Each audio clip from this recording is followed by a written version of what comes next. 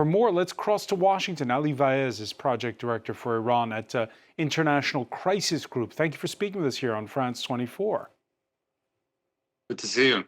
Are we wasting the viewers' time here by talking about diplomatic efforts, about the UN's nuclear watchdog agency trying to get into Iran?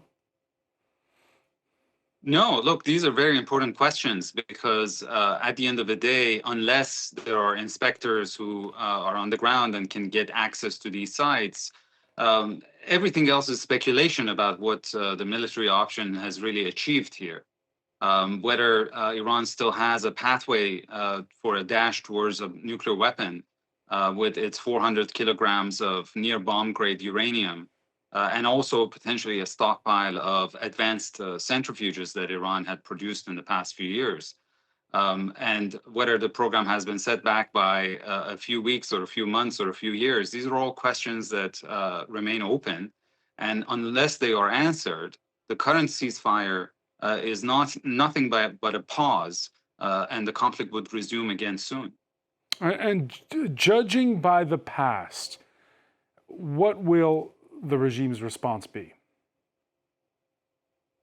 Look, so Iran doesn't have a lot of good options now. It certainly will not capitulate, because if it does, it basically sets the precedent that whenever the US wants Iran to capitulate on anything, it just needs to bomb the country. But it also is very vulnerable at this moment. It knows that Israel at any time can resume striking Iran's nuclear facilities or other sites if it tries to reconstitute the program. And it's economically in dire straits. So Iran has an interest in getting back to the negotiating table. I think President Trump also still wants a deal. And again, he hasn't really resolved the problem. So everybody has an interest in going back to the table. And I remind your viewers, now we're talking about how much of the uranium was destroyed, how much the Iranian nuclear program was set back, especially in the bunker facility in Fordo. The diplomatic solution that was reached in 2015 neutralized Fordo and constrained Iran from being able to have any fissile material in that facility for 15 years. And that timeline was about to expire in 2031. So just make the calculation. It's very simple. Which option provides a more sustainable solution? A military option, which creates all of these ambiguities and very short setbacks, or a diplomatic solution that sets the program back by many years without even firing a shot? Let's listen to Donald Trump. He spoke a short while ago from that NATO summit. He most notably stated that there were talks next week, something that Iran has not confirmed so far. Here's what he had to say. I think basically decades, because I don't think they'll ever do it again. I just don't think they're going to do it. I think they're going to take their oil, they're going to have some missiles, and they'll have some defense. I think they've had it. I mean, they just went through hell. I think they've had it.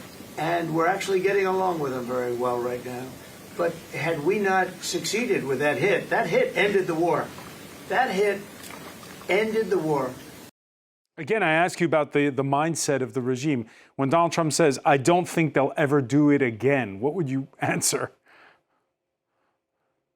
Well, I think that's wishful thinking, because Iran still has the expertise, the stockpiles, and the ability to reconstitute the program, of course, at a great risk for Iran. But if it is to remain under sanctions, and if there is no military solution, no diplomatic solution, then I'm sure that the Iranians will continue to push forward. And although all the U.S. has done now is to reduce the capacity that the Iranians have for a industrial scale nuclear program, but in the process, he has also increased their willingness and intent to dash towards nuclear weapons. So he hasn't really been able to find a durable solution, and that's why he expresses interest in returning to the negotiating table. Including production of a so-called dirty bomb, one that doesn't have as much fissile material but can cause a lot of damage? I don't really buy that, because unless you have reliable means of delivery, that is not something that you can use in a war. And then Iran really wants to use that against whom? Against Israel, which has 200 nuclear warheads, and the U.S., which is a nuclear power. It's just an unrealistic option. But they can potentially, if they decide that they want to, in a clandestine facility, dash towards weaponization, they can get there eventually. It's just a question of time. It might be 6 months, it might be a year, but that option is still open to Iran. Ali Vaez, we're getting news of another top Iranian commander succumbing to his wounds. His name was Ali Shadmani. He'd only headed the Revolutionary Guard's command center for several days. His predecessor was killed at the beginning of the Israeli operation. How weakened is the regime by all of this? Are these top commanders expendable? Look, the regime is definitely weakened. It is still in the shock of the initial surprise of the opening salvo of Israeli attack, eliminating the top brass of the Iranian military. But you could see by the Iranian ability to get back on their feet and push back that this is not a non-state actor. This is a state. They have institutions. Their ranks are deep. And they can replace people. Of course, they're weaker, but they're not out. And this is, again, a reason that nobody should think that they have been able to resolve a problem.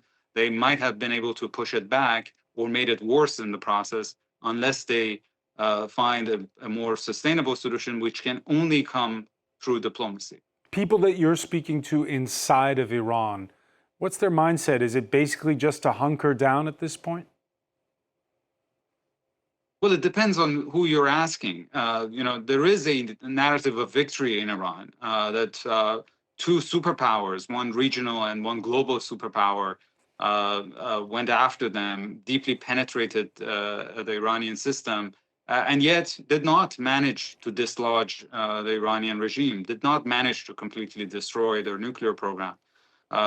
This didn't become an endless war like what we have seen in Gaza or in Lebanon or in Syria. It was wrapped up very quickly because there was a balance of devastation on both sides. So they have a very different narrative of what has happened in this conflict.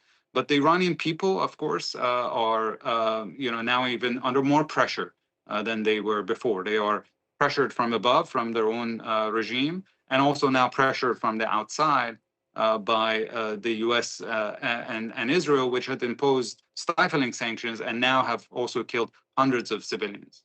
It's Benjamin Netanyahu who started the operation and Donald Trump who joined, so far as we know.